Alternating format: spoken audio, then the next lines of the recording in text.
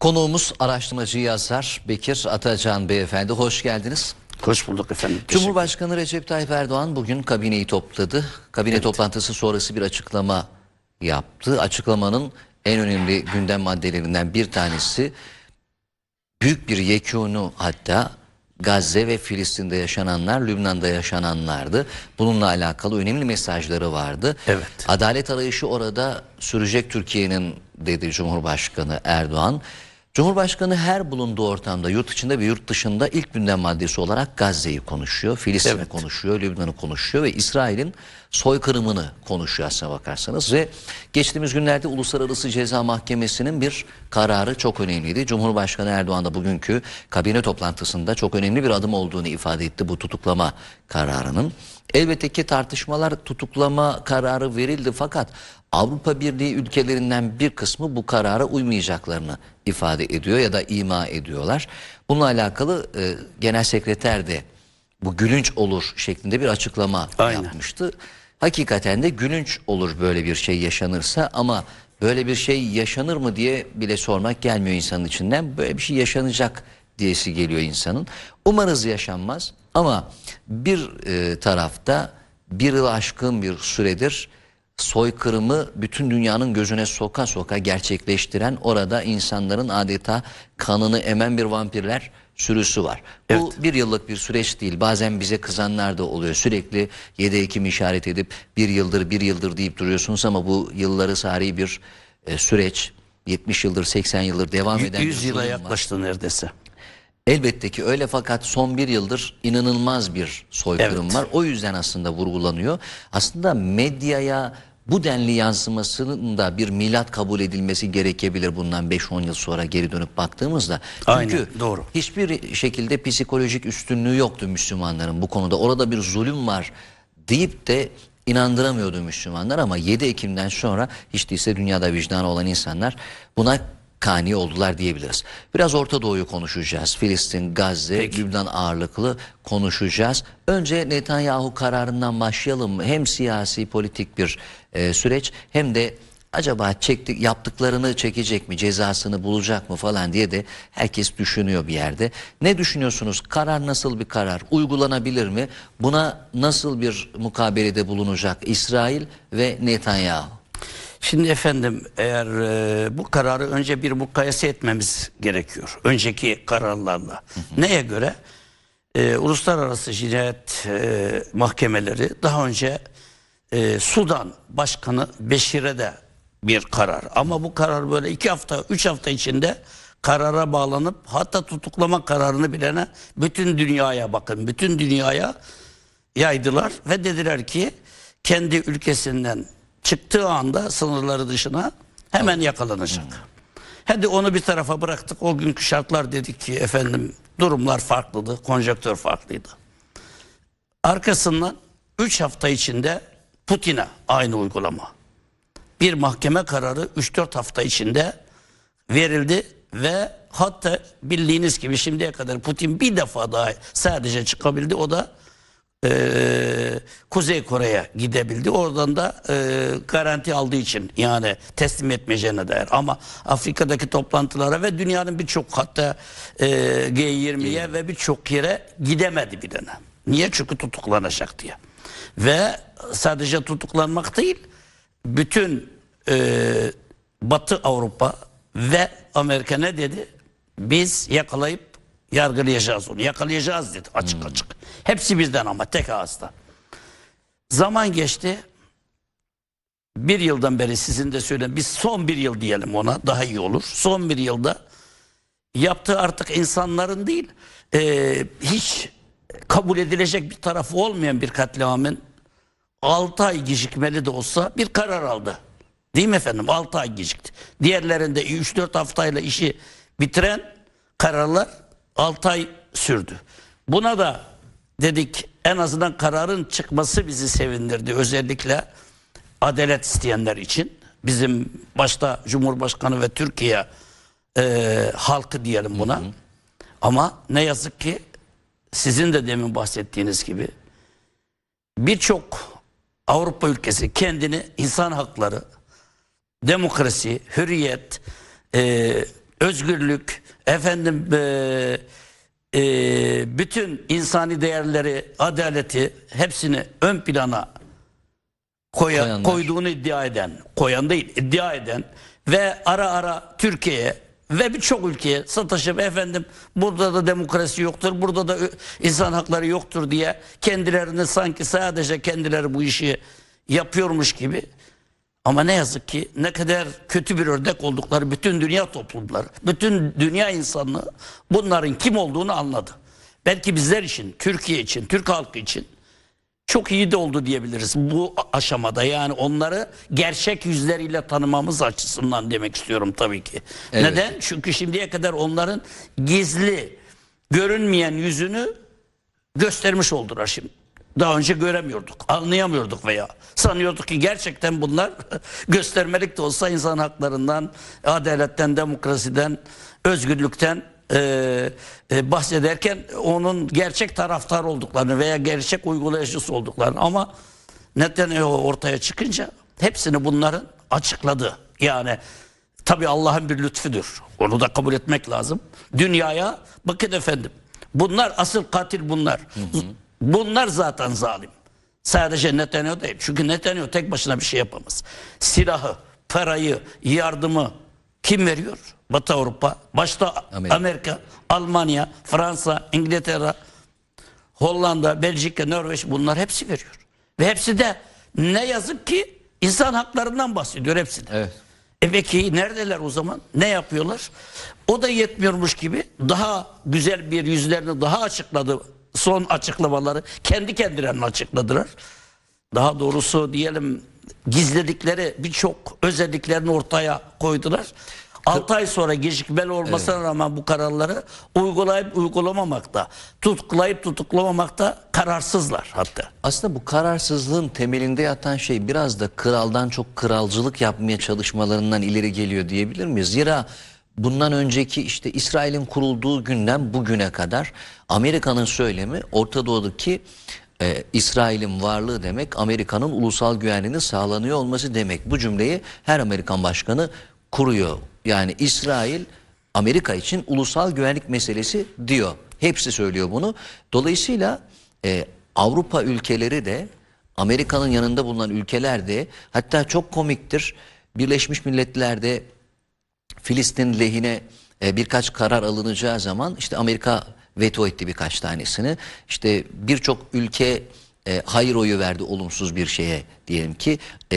Ya da hayır oyu veren Amerika ile birlikte 8-9 ülke vardı birkaç konuda. Özellikle Filistin'in daha fazla haklarını işte çoğaltmak konusundaki karara.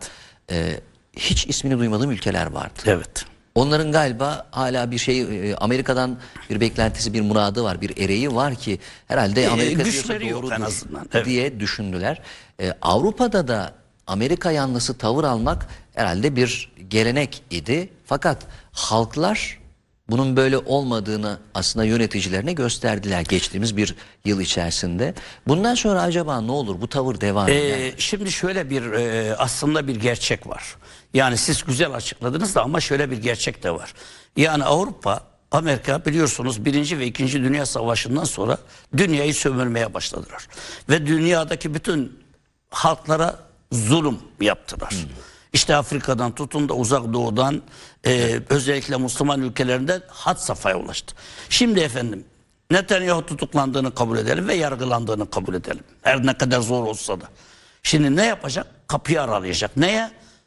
Daha önce yapılan zulüm ve adaletsizliği özellikle Afrika ülkelerinde, Müslüman ülkelerinde ve dünyanın her tarafında. Hepsinin başı derde girecek. Hepsinin başı derde girecek. Fransa'sı, tabii, Almanya'sı, çünkü İngiltere'si. bu kitabın ilk sayfasıdır. Arkası geldiği zaman sonuna kadar gidilecek. O zaman bunlar demek ki şu anda bizim daha henüz hep diyoruz ya gerçek yüzler ortaya çıkıyor. Aslında gerçek yüzleri daha çıkmadı. Bu sadece bir tarafı. Gerçek yüzlerinin %1'i. %1.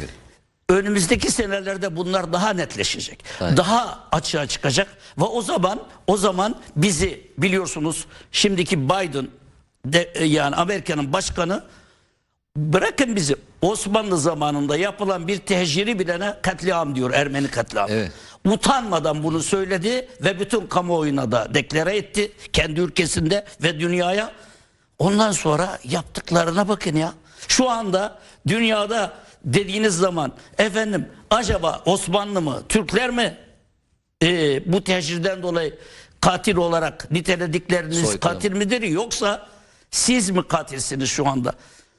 Yani silahların bütün o çocukları, o masumları, insanları, kadın, erkek, yaşlı ve genç demeden Filistin'de öldüren, Lübnan'da öldüren, Orta Doğu'nun her tarafında öldüren bu insanlar kimlerdir? Kimden alıyor parayı? Ödülü kimden alıyorlar? Amerika'dan. Silahı kimden alıyorlar? Amerika'dan. Bir de Almanya, Fransa da var, unutmayalım. Evet. Bir de İngiltere tabii. Bütün önemli saldırılar, Efendim? bütün önemli saldırılarda mühimmatın büyük bir çoğunluğu Amerika'dan geliyor. Evet. Hizbullah liderinin şehit edildiği o saldırıda, öldürüldüğü saldırıda Amerika'dan gelen o sığınak delici mühimmatlar biliyorsunuz kullanıldı ve o mühimmatların sevkiyatı bekleniyordu. Geldikten çok az bir zaman sonra bu saldırı gerçekleşti. Şimdi değerli dostum, %69'u silahların %69'u nereden geliyor? Amerika'dan. İnsanlarımızı, yeryüzündeki masum insanları öldürmek için. %20 kalan 29'u da nereden? Almanya'dan. Bizim dost diye dediğimiz Almanya. Düşünün ki ya ne kadar komik ve en fazla insan haklarından bahseden, arada bir de bize Avrupa topluluğuna giremezsiniz, sizde insan hakları nerede diyen ülkelerin başında geliyor Almanya. Neredesin? Sen mi insan haklarını savunuyorsun insanları öldürmekle? İnsanlara bu kadar yardım ederek İsrail'e insan haklarını mı? Özgürlük mü? İşte açık ve net belli. Geriye %1 kalan da diğer Avrupa ülkeleri, bakın dünyadan.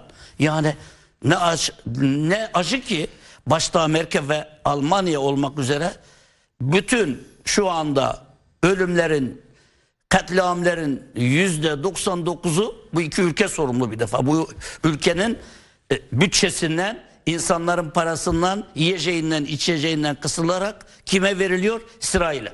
Niye veriliyor? İşte bir kısmı kendilerinin diyet ödemesi, bir kısmında zaten İsrail demek Almanya demek. Almanya demek Amerika demek. Amerika demek İsrail demek. Yani aslında herkes diyor ki bunlar İsrail askerleri yapıyor. Hayır efendim. İsrail askerleri değil. Bu uçaklarda pilotluk yapan ya Alman ya Amerikalıdır. Bu askerlerin yanında ön ayak olan, silahları ateşleyen Amerikan askerleridir. Bu askerlerle işbirliği halinde bütün bilgileri ister yeryüzünden veya yerin altından veya gemilerden veya havadan hepsini kim sağlıyor? Amerika ve Almanya sağlıyor bu askeri. Burada şu soruyu sormak galiba gerekir. Şimdi 7 Ekim'le birlikte İsrail, aslına bakarsanız biraz daha geriye alalım, Heronlar. Hatırlarsınız değil mi? Heron 2000'lerin başında bizi kandırdıkları dönem. Heron denildiğinde tüyleri ürperiyordu herkesin. Evet. Ama gün geldi, işte 10-15 yıl geçti. Bayraktarlar geldi, işte Baykar kuruldu.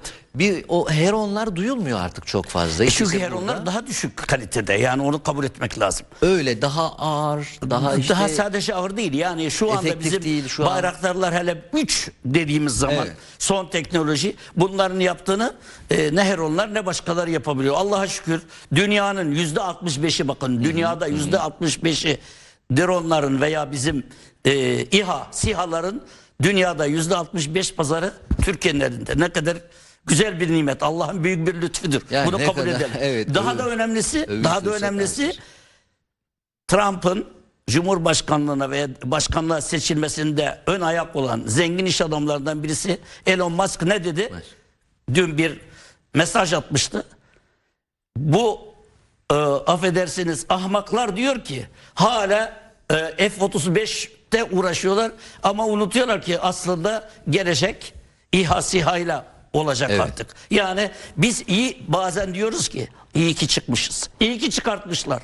Bu da bize aslında ne kadar teşekkür etsek azdır. Belki bazı şeyleri hem iki açıdan almak lazım. Bizim orada yani demek ki maddi manevi bir yük gelecekti bize. Tam tersine bir de bağımlı olacaktık Amerika'ya bu F-35'lerle. Daha da önemlisi biz şu anda yani geldiğimiz teknoloji aşamasına da gelemeyecektik. Nasıl 35 elimizde var ve bütün bu çabaları yani ilerlemek için en azından bir enerji harcamayacaktık bu kadar. Ama işte demin dediğim gibi yine Allah'ın bir lütfu ki Türkiye'li ve Türkleri ne kadar sevdiğini diyelim Allah'a şükür bize öyle bir kapı açtı ve bu kapı bize 7 değil SİHA ve İHA'nın dünyada %65'ine sahip olduk. Ne kadar güzel Şimdi, bir nimet. Bunu yani ne kadar şükür etsek azdır gerçekten. Kesinlikle. Bekir Bey şöyle. Buyurun. Aslında İHA ve SİHA alanında dünya da çalışmaya başladı. Evet. Bütün markalar, bütün devletler her şeyden önce kimse çalışmasa Türkiye'nin artık müştereken çalıştığı birçok ülke var. Yani geliyor Sudan'ı biz birlikte işte sizden alım yapalım, anlaşalım 10 yıl boyunca birlikte üretelim, bize de öğretin diyor. Biz 3-5 tane ülkeyle çalışıyoruz şu an. Onun dışında birçok ülke başladı çalışıyor, yapıyorlar. İHA'larını, SİHA'larını yapıyorlar. Fakat hiçbiri denenmiş, sınanmış, başarı göstermiş değil. Allah'ın yine bir yani olayların gelişme durumuna baktığımızda bir hikmetidir ki Karabağ zaferimiz çok kısa bir süre içerisinde Türklerin ezici bir galibiyetiyle nihayetleniyor ve İHA'larımız, SİHA'larımız orada en ön planda yer alıyor. Bütün dünyada bu artık sınanmış, denenmiş, başarılı İHA'lardan artık korkmaya, çekinmeye başlıyor. Muhammed Bey, yani. asıl daha da önemlisi yani tabii bunlar çok önemli, gerçekten önemli. Ama bu işi daha da pekiştirmemiz biliyorsunuz İran'da Cumhurbaşkanı ile Dışişleri Bakanı bir kaza sonucu vefat ettiklerinde bir türlü yerlerini tespit edemedi. Evet. Ne İHA'ları ne SİHA'ları ne de birçok yerden de yardım almışlardır. Üstelik İran şu anda güya yani ön sıralarda bu İHA SİHA yapımında. Ama bizden bir destek istediler ve biz de bunu seve seve kabul ettik. Bildiğiniz gibi saatler içinde hem yeri tespit ettik hem de dünya tekrar bizden bahsetmeye başladı. Demek ki gerçekten Türkiye'de yapılan İHA SİHA'lar sıradan İHA SİHA'lar değil. Demin buyurduğunuz gibi birçok ülke yapıyor ama biz kaliteyi de burada yakalamış bile olduk. Binlerce kişi izlemişti. Aynen. Ve bu da bize ne yaptı? İşte demin buyurduğunuz gibi birçok ülke bizimle işbirliği yapma teklifi geliyor. Ve gelecekte. Çünkü kaliteyi de. Şimdi öyle bir şey ki ben size bir ara Japonya'da bulundum. Japon malı, Japon teknolojisi biliyorsunuz dünyada en iyilerinden birisi diye geçiyordu. Sorduğunuzda efendim bir şey aldığınız zaman özellikle benim bu bulunduğum dönemlerde yeni teyip ve radyo markaları ön plandaydı. Onlar çıkmıştı ve sorduklarında size ne mal alırsınız? Herkes Japon malı diyordu. Japon malı, o yıllarda. Allah'a şükür ki şimdi herkes İHA SİHA almak isterseniz nereden alacaksınız dediğiniz zaman Türk malı diyorlar. Bakın ne kadar aşama kaydettiğimizi gösteriyor bu. Yani yıllar öncesinde Japon veya Alman veya Amerika denirdi ama şimdi artık Türk malı deniyor. Bu da bizler için hem büyük bir gurur hem de büyük bir nimet. Allah'ın vermiş olduğu büyük bir nimettir gerçekten. Bunu da kabul etmek lazım. Buyurun. Şimdi gelelim tekrar İsrail'e İbre'yi döndürelim. Evet. 7 Ekim sonrası 7 Ekim'in olduğu gün aslında İsrail büyük bir şok yaşadı. Evet. Şunu diyenler var. Bir, İsrail hiçbir şeyden haberi yoktu. İşte yatağında uyuyordu Netanyahu. Sinekler uçuşuyordu üzerinde. Bir uyandı 7 Ekim'de baskın var, operasyon var. İki, İsrail'in haberi vardı. Bu kadar büyük çaplı bir şey yapacaklarından haberi yoktu Hamas grubunun. Birkaç tane daha işte şey var. Fakat en güçlü bu ikisi. Diyelim ki İsrail'in haberi vardı. Bu kadar olacağından haberi yoktu. Galant aylardır yükleniyordu hükümete. Diyordu ki bu 7 Ekim'deki zafiyetimizi şu artık kurulu kuralım, denetleme kurulunu. Kim, nerede, ne zafiyet verilmiş, nasıl tespit edemedik biz bunu araştırıp ortaya çıkaralım. Netanyahu bundan rahatsızlık duyuyordu.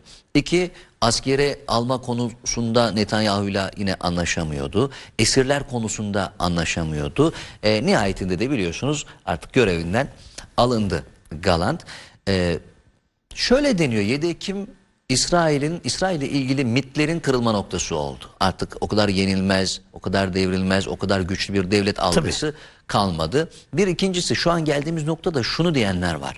İsrail bırakın mühimmat yağdırılmasını ona, Amerika'dan, İngiltere'den, Almanya'dan, mühimmatlar onlara verilse, teslim edilse dahi istihbari destek sağlanmadan adım atamaz diyorlar. Ne kadar doğru sizce? Yani bütün bombalar, bütün mühimmat verildi, istihbarat desteği de sunuluyor. O destek verilmezse elindekilerle bile bir şey yapamaz şu an deniliyor. Ne kadar doğrudur? Bu Şimdi kadar efendim küçümsemek olur mu acaba? maalesef önce şöyle diyelim. Bizim gözümüzde özellikle Müslüman ülkelerin hepsinde hemen hemen İsrail, Avrupa, Amerika süper güç ve bunlardan kimsenin ne yaparsanız yapın gücünüz yetmez. Evet, aslında 7 Ekim planlı programlı bir şeydir. Ama İsrail hep kendi İsrail ve tabii daha da fazla arkasındaki Amerika ve Avrupa, Batı Avrupa diyelim arkasındaki güç planı ters tepti diyelim biz. Onlar bunu planladılar. Evet. Hatta ve hatta İsrail'in Başbakanı Netanyahu bu Birleşmiş Milletler'de bazı haritaları da çıktı bu olaylardan çok önce. Yani bu yapacaklarını daha önceden defalarca ortaya atıyordu. Planları vardı. Ama bu planı başlayabilmek için yani bir yerde bir bahane bulmaları lazımdı. Şimdi baktılar ki Kassam Tugayları ve Gazze'deki Filistinler bir hareket yani bir hazırlık içinde. Evet bunu takip ediyorlardı ama bu takip ciddiye alınmıyordu fazla. Yani ciddiye derken o kadar büyük olacağını, etkisi büyük olacağını tahmin etmiyorlar. Bunlar Filistinli, bunlar yapsa bir de kontrol altında o bölge biliyorsunuz yani kuş uçmuyor. Bu silahlar nereden gelecek? Gelemez. Kendi işlerinde yapacaklar. Bu silahlar da ne kadar büyük olursa olsun çok bizim elimizdeki imkanlara göre basit olur. Ufak çaplı bir şey olur bastırırız diye düşünüyorlar. Bu plan bir nevi ne derler bu şeylerde de olur böyle biliyorsunuz takım oyunlarında falan. Kendini çok büyük görürsün ben efendim o takımı dağıtırım diyorsunuz. Kafanızda öyle bir imaj var ama sahaya girdiğiniz zaman maçı kaybediyorsunuz. Burada da İsrail aynı şeye geldi. Yani kendi kafasında biz büyüğüz, biz güçlüyüz. Arkamızda Amerika var, arkamızda Batı var ve biz istediğimizi yaparız. Evet, yapıyor. Nitekim katliamlarda bunu gösteriyor zaten. Ama yenilmez diye bir hava vardı. O şimdi yenilmezi ezilmeye girildi. Ezildi. Niye ezildi? Çünkü şöyle bir şey söyleyeyim size. Bu rakamlar da kesin. Bu benim yanımdan değil. İsrail'in bazı kaynaklarından iddia.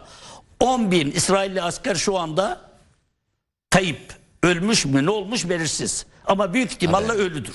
Büyük ihtimalle ölüdür. 10.000. Artı 50.000'de yaralı. Ya elini kaybetmiş ya ayağını ya gözünü ya kafasını ya veya psikolojisi bozulmuş. Savaş dışı diyelim. Evet savaş dışı. Demek ki bu rakam İsrail için çok büyük. Büyük bir rakam. Büyük korkunç. Yani 10.000 bile çok büyük rakam. Çünkü 700'lü rakamlar açıklamıştı. Hayır İsrail. bunlar şeydi yani gayri resmi değil bunlar biraz şey değil belki gerçeğe yansıtmıyordu 700 dedikleri çünkü mümkün Elbette değil. ki Yani. yansıtmıyor Yani zaten. siz bakıyorsunuz ki adamın gittiği yerde düşüyor ölüyor ya o kadar çünkü o harabelerin içinde enkazın altında asker değil istersen olsun şeyleri düşüyor bilen artık dronları. Daha da önemlisi Netanyahu'nun evine ve birçok yere artık hedef olabiliyor. Tabii. Bu demek ki İsrail'in bu kendilerinin iddia ettiği demir kubbe vesaire elimizdeki imkanlar, silahlar, radarlar Amerika'ya rağmen biliyorsunuz son zaman Amerika'nın bütün modern silahları geldi. Batı'nın bütün modern silahları geldi oraya. Buna rağmen yeterince koruyamadı İsrail'i. Koruması da mümkün değil. Bu şu demektir. Yani bizim Cumhurbaşkanı güzel bazen söyler. Kaderin de bir şeyi vardır. Üstünde bir kader vardır. Yani evet bunlar zavallı insanlardı. Özellikle Filistinler gerçekten çok mazlum durumdalar. Ama Allah'ın da çizdiği bir şey vardır ki bunları böyle bir güç verdi. Bu kadar ayakta aç, susuz. Her gün bakın 100 günden daha fazla yani bir yılı aşmış durumda değil mi efendim? Tabii. 100 diyorum olur mu 100? 1000 efendim? Bir yılı aşmış. 360 güne. 400 güne girdi. Evet 400'e yaklaştı doğru. 400 güne yaklaştı. Demek ki bu insanlar hala direniyor. Hala ne diyor? Biz toprağımızı bırakmayacağız. Yahya Sinvar öyle 3 gün Tabii. Hiçbir şey yememiş ölmeden evvel. Sadece bir şey yememiş değil. Orada zaten bir Yahya Sinvar'ı bir defa İsrail vurmadı. Hatta o SİHA İsrail'e ait değil. O SİHA'lar gemilerden çıkan Amerikan askerlerinin kullandığı, daha doğrusu şeysiz tabii. Yani uzaktan kumandalı öldürdüler. Ondan sonra da daha doğrusu şehit ettiler. Ondan sonra da İsrail'e diyorlar ki bir emin olun o mu değil midir diye. Adamlar kendileri bile inanamadı. 24 saat açıklama yapmadılar doğru mu değil midir diye. Ondan sonra açıklama yaptılar. Ve İsmail Haniye Tahran'da yine İsrail askeri. İsrail'in teknolojisi değil bu. Amerikan teknolojisi. Ama herkes ne diyor? Tabii ki. Zaten İsrail demek Amerika demek. Amerika demek İsrail demek. Bunu zaten biz yapmıyoruz desek de Amerika gerçekte onlardır. Onun için bu işi aslında bizim tabiri caizse çığırından çıkmıştır. Dolayısıyla Amerika aslında bu insanları öldürmeye devam ediyor. Yalnız bir noktaya temas etmek istiyorum. Her ne kadar yeni başkan seçildiğinde bu savaşları durduracağım dese de maalesef ne bu önceki başkan Biden ne Trump bunu durdurma niyeti yok. Onu da açık söyleyeyim. Niye diyorum? Neden bunu söylüyorum? Çünkü bu Trump ne yaptı daha önceki döneminde? Başkentini taşıdı. Başkenti Tel Aviv'ten Kudüs'e taşıdı. Yani daha bundan büyük bir armağan verebilir mi bu zalim insanlara? Daha da ötesi Golan Tepelerinde dedi ki sizin toprağınız.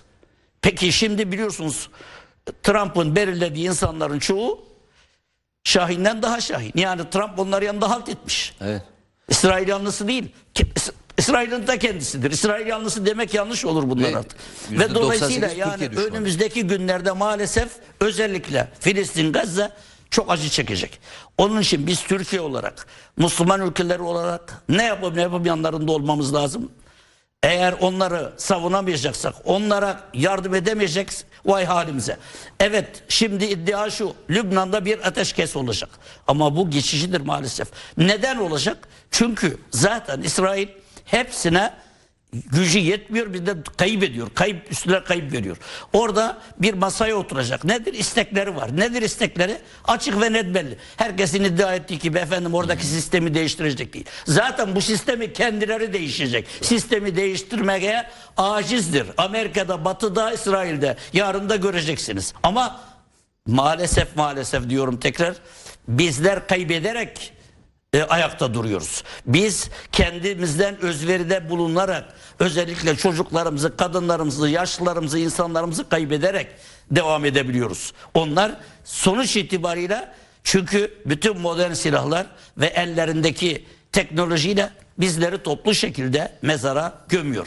Onun için acaba diyorum ki bir kaderin üstünde bir kader durduracak mı? İnşallah bir gün gelir onu da durdurur. Başka çünkü ancak duayla yapabileceğimiz iş. Çünkü bizim maalesef gücümüz yetersiz kalıyor. Evet Türkiye elinden geleni yapıyor, yapmaya da devam ediyor. Açıklamalar ortada ama İsrail'i ve Amerika'yı ve Batı'yı durduracak ne güçteyiz ne de o kudretteyiz hala. Ama inşallah bir gün gelir Allah'ın inayetiyle de bu adaletsizliği, bu zulmü durduran ülke olarak da Türkiye olur.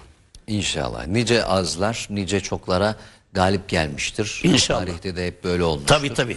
Ve mevzu Müslüman Türkler söz konusu olduğunda bu çok riskli sayılara isabet etmiştir. İşte 40 bu kişi, Allah'ın bir kaç kişinin şeyidir. Yani bize lütfüdür yine öyle kabul İnşallah. Etmek lazım.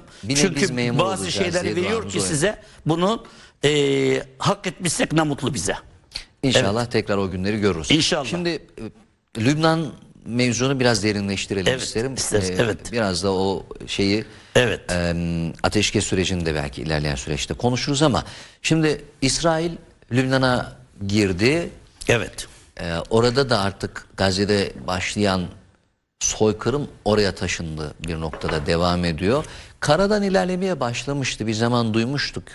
İşte girdik, ilerliyoruz. Bir yerlere ama kayıpları çok diye devam edemedi. Bir yerlere bayraklar falan asmışlardı. Sonra işte çok hızlı gittiler galiba. Seyrek ilerleyebildiler. Orada şu an ne durumda? Kara harekatı devam ediyor mu? En son duyduğumuzda günde 3 metre 5 metre gidiyorlar şeklinde küçük düşürücü ifadeler vardı. Ne durumda, kara harekatı devam ediyor mu, bilginiz var? Ediyor sözde ama demin de buyurduğunuz gibi böyle yani ediyor demek diyebilmek için gerçekten belli birkaç kilometre içeri girmeleri gerekiyor. İşte epeydir bir zamandır 3-4 kilometreyle bu iş demek ki askeri bir varlık gösteremiyor karadan. Sadece havadan. Ama o zaten şunu da söyleyeyim, yani belli yerlere girmek istemiyor. Onu da kabul etmemiz lazım. Çünkü İsrail'in açık ve net hedefleri var. Hem Filistin açıklarında, yani Akdeniz açıklarında Filistin'e ait, hem de Lübnan'ın deniz tarafında kendine ait şeyler. Biliyorsunuz orada doğal gaz var efendim. Zaten Oslo toplantılarında Yasser Arafat döneminde Filistinler maalesef o haklardan vazgeçmişti, Filistinler. Yasser Arafat başkanlığında o barış görüşmelerinde oradan o haklardan vazgeçmiş. Yani Gazze'nin açıklarında olan o doğal gaz ve hibritler hepsi söz vermişti Yasser Arafat. Onlar İsrail'e verilecek. Arafat'ın eleştirildiği noktalardan birisi de oydu. Tabii. Ve dolayısıyla da bu bizim, özellikle bizim Emir-Adımız Cihat Bey, Cihat Yaycı böyle bir anlaşma yapmamızı önermişti Gazze ile. Biz o anlaşmayı yapamıyoruz. Çünkü onlar zaten o deniz anlaşmalarını kendileri de yapamıyor bizlerle. Çünkü Yasser Arafat'ın döneminden ta onlardan vazgeçilmiş. Ama İsrail şimdi o bölgeyi istiyor. Yani Gazze'deki açıkları. Kendine de dikkat ederseniz şimdi Gazze'yi 2'ye 3'e bölecek. Özellikle o gazın ve petrolün bölgelerini kendine, yani kendi denetiminde diğer açıklarda olan veya olmayan yerlerde de Filistin halkını oraya yerleştirmeyi düşünüyor, bir kısmını, hepsini değil tabii. Bir kısmını da yine sürmek istiyor. Şimdi Lübnan için de aynıdır. Lübnan'da anlaşmalar yapıldı ama orada her zaman için Lübnan hükümetiyle Hizbullah'ın adamları bir anlaşmazlık var aralarında. Dolayısıyla şimdi bu emri vaki yapıp orayı da kendine katmaya çalışacak anlaşmalarla. Onun için şimdi bu ateşkes geçici bir ateşkes. Yani pazarlığa oturmak için. Diyecekler ki Lübnanlı işte hükümet yetkililerine, oradaki sorunlara, siz bunlardan vazgeçerseniz biz daimi bir ateşkes söz konusu, sizi vurmaktan vazgeçeceğiz. Ama yok, illa bizim burada hak hukukumuz var derseniz biz zaten Hizbullah'a savaş açtık, savaşta da devam edeceğiz. Aynısı Filistin için. Eğer bir anlaşma yapılacaksa, bir defa zaten onu iddia edemiyor Filistinler maalesef. Çünkü daha önceden liderler vazgeçmiş durumda veya bağışlamış onu, öyle diyelim, hak hukuktan dolayı. Ve şimdi asıl önemli olan bir de Suriye var. Şimdi İsrail'in henüz daha Suriye'ye daha girmedi resmi anlamda. Dolayısıyla bir de Suriye'ye girecek. Suriye'den sonra da bir de Irak'taki, biliyorsunuz oradaki Haçlı Şabi denen, onlar da bir nevi hem İran'ın kontrolünde hem de Hizbullah'a destek veriyor ve bunlara da birer yani oraya da bir katliam yapacak birkaç tanesini ve onlar da Şii irtibatı, yani Lübnan kendi tek başına kalsın, özellikle Hizbullah, ve dolayısıyla karar alma yetkisi bir nevi azalacak, gücü kalmayacak ve İsrail'in isteklerini kabul etmek zorunda bırakmaktır. Orası da Suriye'de, Gazze'de, Filistin'deki, hatta Batı Şeria dahil olmak üzere, biliyorsunuz belki de, ne yazık ki üzülerek söylüyorum bunu, Trump bir açıklama yapacak, belki Batı Şeria'yı da resmen İsrail'e katmak için elinden geleni yapacak. Bu da pazarlık paylarını arttırmak için İsrail tarafının. Amerika bunu bilerek yapıyor. Şimdi herkes diyor ki barışı seven bir Trump nasıl yapıyor? Efendim, Ukrayna'da yaptığını biliyorsunuz. %75 ortak, yani senatörlerin aldığı bir kararla oraya silahı kullanabilirsiniz dedi Ukrayna'ya. Herkes diyor ki Trump'ın haberi yok. Trump'la Biden oturdu, saatlerce geçen ayın 15'inde anlaştılar ve bu işi oranın derin devleti karar veriyor. Herkes diyor ya efendim Biden verdi. Yok efendim Trump bu işten uzak. Efendim, Amerika'yı hükmeden derin hükmet. Ne Biden ne de Trump. Biliyorsunuz Trump daha önce bir karar aldı. Nedir? Kuzey Suriye'den çekilme. Ama nereden? Pentagon veya derin devlet ne dedi? Çekilmeyeceğiz dedi. Ve o da yetmiyor. Biz Barış Pınarı'na girdiğimiz halde kim geldi? Başkan Yardımcısı Pence ve Dışişleri Bakanı Pompeo ve bize baskıyla durdurdular, anlaşma yaptık dediler. Dolayısıyla yani Amerika'yı yok efendim barıştır, yok savaş Demokrasi duracak. verir Evet, savaşlar duracak. Ona da ben de katılıyorum ama nasıl? Rusya ile Amerika zaten ikisi bir. Fark eden bir şey yok. Anlaşmalı tekrardan Orta Doğu'yu, Uzak Doğu'yu, Avrupa'yı, hatta Almanya, başta Almanya olmak üzere hepsini sömürecek iki süper güç haline geldiği zaman masaya oturacak. Ama tabii ki Amerika bu masada daha nasıl karlı çıkarım, Rusya'ya hiçbir şey vermeden çıkmak daha avantajlı hale getirir beni deyip, onun için biraz şimdi göstermelik de olsa her taraf vuracağız, vurduk vuracağız. Yok vizeleri açtık açacağız. Yani bu iş yine pazarlığa tabi. 2 aya kadar bu işler veya 2-3 ay sonra oturur Trump der ki sen kardeşim zaten kaybettin. Sana ne vereceğiz? Hadi biraz daha verelim. Ukrayna'nın bir köşesini daha al. Diğer dünyadan, Almanya'dan, Avrupa'dan, buradan haktan, hukuktan vazgeç. Hadi oturup anlaşalım tekrar. Bir yüzyıl daha yeni bir anlaşmayla, yeni bir sömürü düzeni maalesef devam edecek. Şimdi Evet. öyle derler ki savaş dönemi, büyük savaşlar bitmeye yakın tansiyon pik yaparmış. Evet. Ukrayna-Rusya savaşında da şu an pik yapıyor. Biraz önce bahsettiğiniz Yani üzere. biz ona pik dersek yanlış olur. Niye biliyor musunuz efendim? Ya da yükseliyor. Yani aslında burada kaybeden taraf Rusya'dır. Neden diyeceksiniz? Çünkü elindeki gücü yani açıkladı, gösterdi. Aslında göstermemesi gerekirdi benim şahsi kanaatim. Niye diyeceksiniz? Çünkü pazarlığı daha güçlü olacaktı. Ama şimdi diyeceksiniz ki hayır efendim, bir taraftan da pazarlık yapabilmek için bunları da gösterir. Çünkü çok önemli bir inandırıcı olmamıştı şimdiye kadar elinde bu silahların olduğunu. Şimdi inandırıcı da oldu. Belki o tabii aslında öyle de düşünülebilir ama zaman gösterecek bunu. Yani bu iş biliyorsunuz sahada kaybedersin, masada kazanırsınız. Ama ben şöyle görüyorum maalesef, Rusya sahada kazanacak.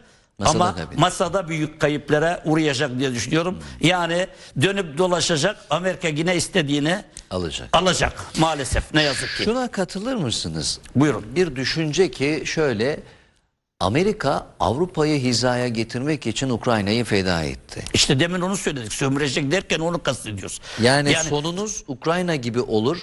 Sarı saçlısınız, mavi gözlüsünüz. Bunlara bakın, kimsenin gözünün yaşına bakmayız. İşte Rusya gelir, şu gelir, bu gelir, Çin gelir.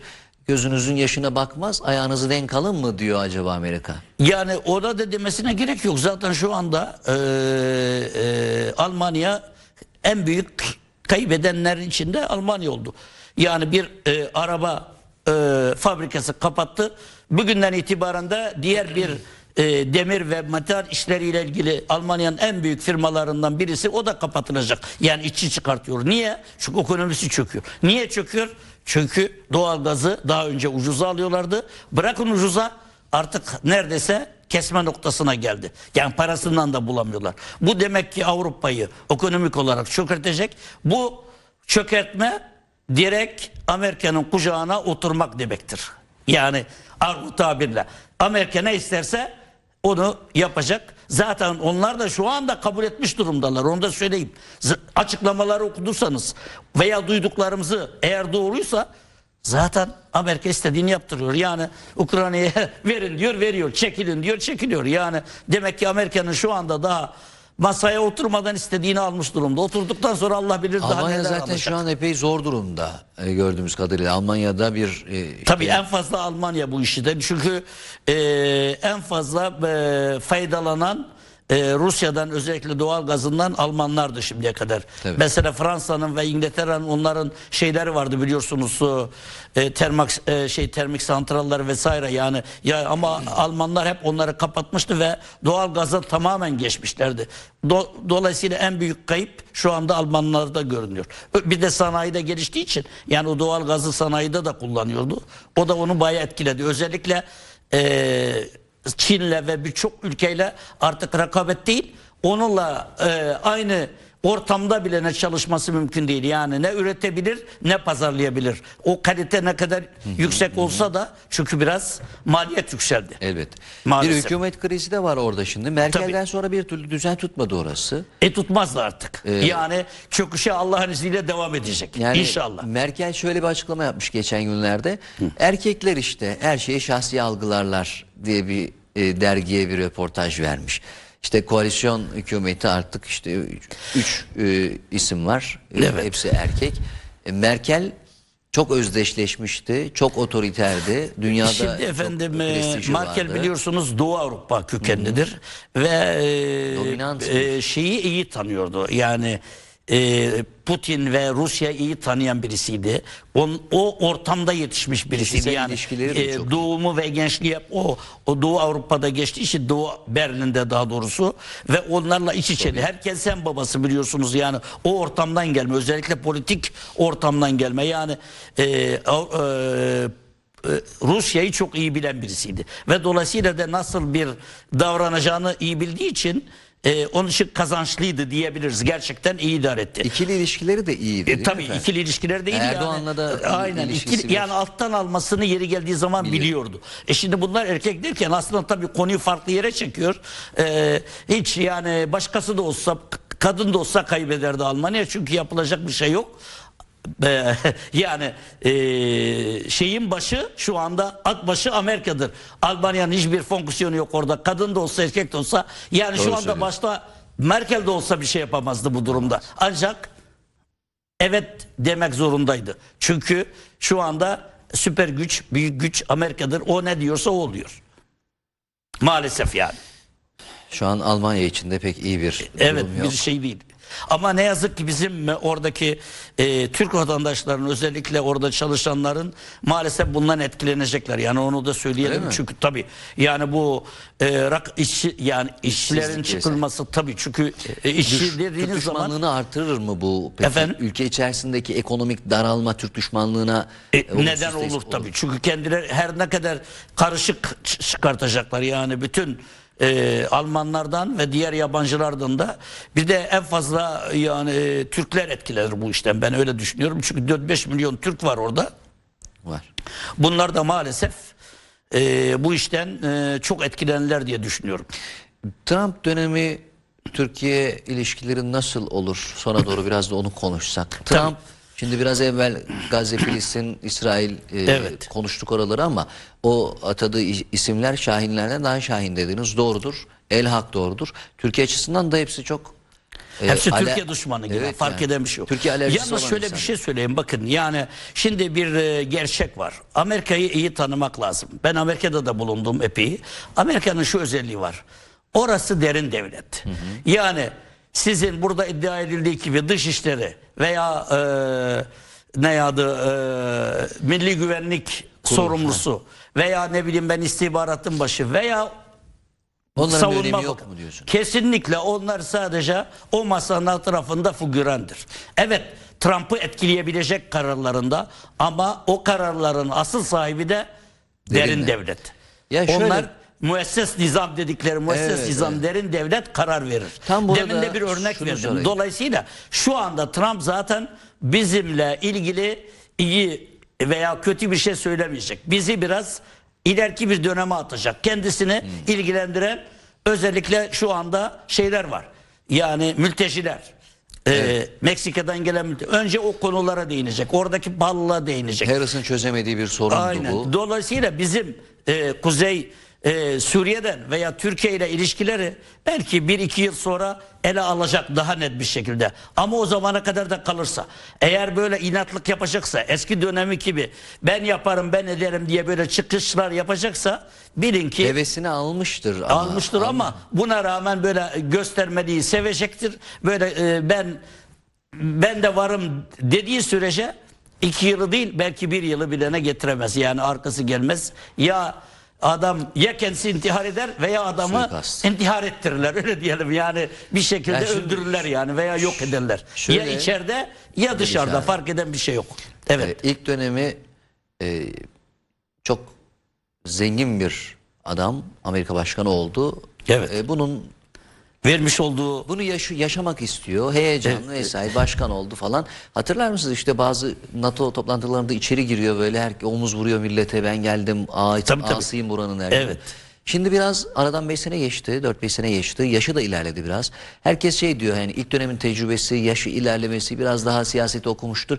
Daha böyle ne derler, daha çatlak hareketleri olmayan bir Trump bekleniyor. Evet, Onun ben yanında öyle katılmıyorum. Şimdi bazıları da şey diyor, yani argoca kulağı çekilmiştir. Yani biliyorsunuz adam bir şeyler yapmaya kalktığında hep derin devletle karşı karşıya kaldı. Derin Ve devleti- son döneme kadar da bu mahkeme kararları hep onu, yani bir de suikast girişimleri de vardır. Yani ona işte çeki düzen verdirmek için düzen bunu. vermek. Yani ilk döneminden farklı bir uygulama yapsın diye. Yani bunu ne demişler? Gözü korkutma. Şimdi gözünü korkuttular. Yani seni ya mahkemede çürütürüz demin söylediğim gibi, veya dışarıda seni öldürtürüz. Ya bu- Dolayısıyla biraz hizaya gelir. Evet. Ama bu hizaya gelmesi bize faydası olmaz. Bize tam olmaz. tersine. Niye? O zaman derin devlet zaten Biden'ın zamanında da aynısı. Gelecek Trump'ın değişecek, döneminde de mantık aynıdır. O aynı zaman kalacak, doğru. bizim kazancımız hiç olmaz burada. Derin Bize devleti- aslında deli divana birisi lazım. İlk dönemi gibi. Yani Aynen. aldığı kararlar bizim Erdoğan'ı da Cumhurbaşkanıyla seviyordu konuşup diyorlardı, değil mi? konuşup onu ikna edecek, ettiği gibi daha önce. Çekil buradan dediği zaman çekilecek. Öyle bir ani karar alacak ve uygulayacak da onu tabii. Ani karar almak yetmiyor. Uygulayacak da onu. O zaman biz kazançlı çıkarız. derin Ama bu devlete gidişle savaş böyle açtığını zor. söyledi Trump. O suikasttan sonra da bunu dillendirmişti. Derin devlete savaş açacağım. 50.000 civarı derin devlete çalışan kişi var. Onların hepsini tespit ettik. İşte son vereceğiz vesaire falan. Ne düşünüyorsunuz? Bu hedef şaşırtma mıdır? Derin devlete Şaşırtma savaş değil. Tabii ki yani o yapacak bir şeyler. Ama bu yani şimdi şöyle diyelim. Bakın. imkan verirler mi buna? Evet verirler. Şöyle verirler, bakın.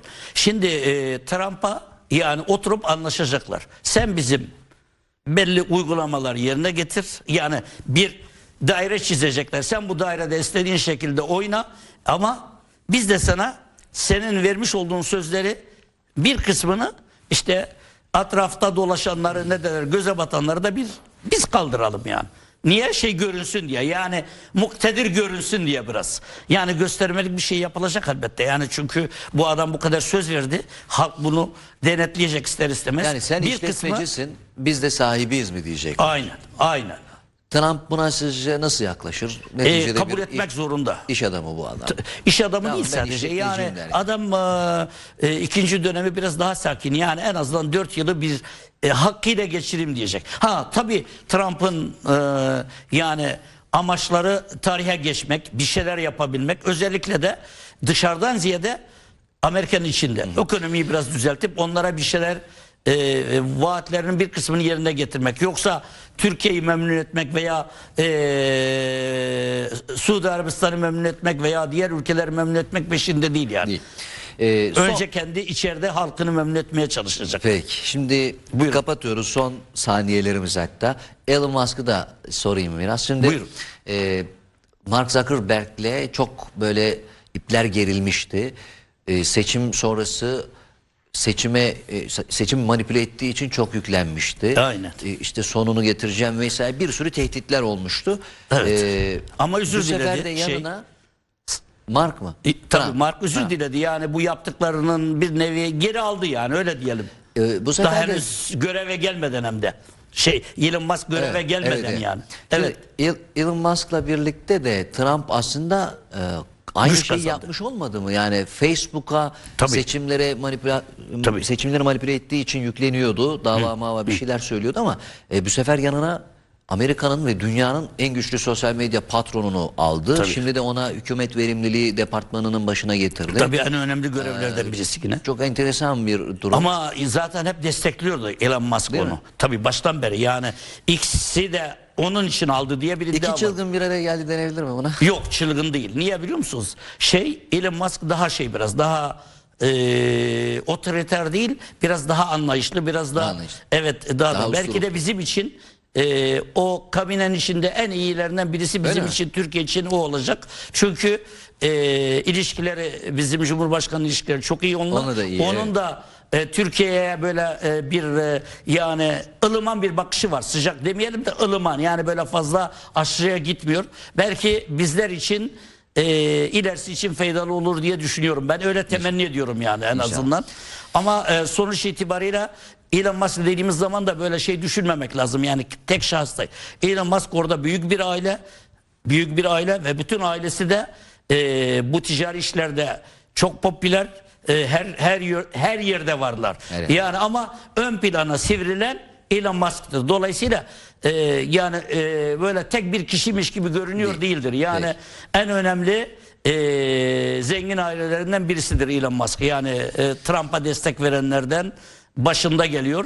Özellikle yön veriyor. Destek değil, sadece yön verenlerden birisidir. Onu da kabul etmek lazım. Peki. Çok teşekkür ediyoruz vakit ayırdığınız Rica için, ederim efendim. katkılarınız için. Çok Sağ olun, siz de teşekkür Tabii, ederim. Elon Musk Twitter'ı, şimdiki adıyla X'i satın aldığında bir fotoğraf paylaşmıştı. Bir alaturka tuvaletle elinde o şirkete girmişti.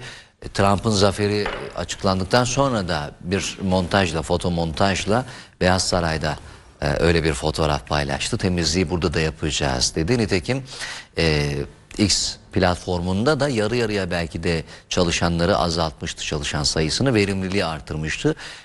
Aynı fotoğrafı paylaştı ve Trump tarafından da hükümet verimliliği departmanının başına getirildi. Bakalım bundan sonra neler yaşanacak. Efendim, konuğumuz araştırmacı yazar Bekir Atacan beyefendiydi. Kendisine huzurlarınızda programın nihayetinde tekrar canı gölden teşekkür ediyorum. Vakit ayırdığı ve kıymetli görüşleriyle katkı sunduğu için. Yarın saatlerimiz yine 23.30'u gösterdiğinde gece ajansıyla huzurlarınızda olacağız. Yarına dek sizleri Allah'a emanet ediyoruz. Hoşça kalın.